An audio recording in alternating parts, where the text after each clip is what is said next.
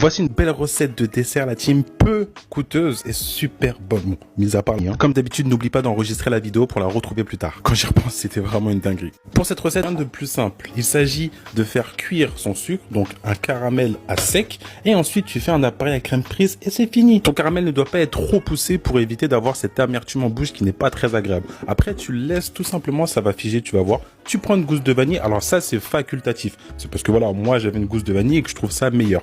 Tu racles donc les grains à l'intérieur, tu mets dans ta casserole, tu mets ton lait entier. Il y en a qui mettent lait et crème. Moi, j'ai mis du lait entier. Tu mets la moitié de ton sucre et tu vas faire bouillir. En attendant, tu prends tes œufs entiers et tu vas venir les blanchir avec du sucre en poudre. Alors pas trop, d'accord? Pas besoin que ça gonfle. On veut juste que le sucre se dissout.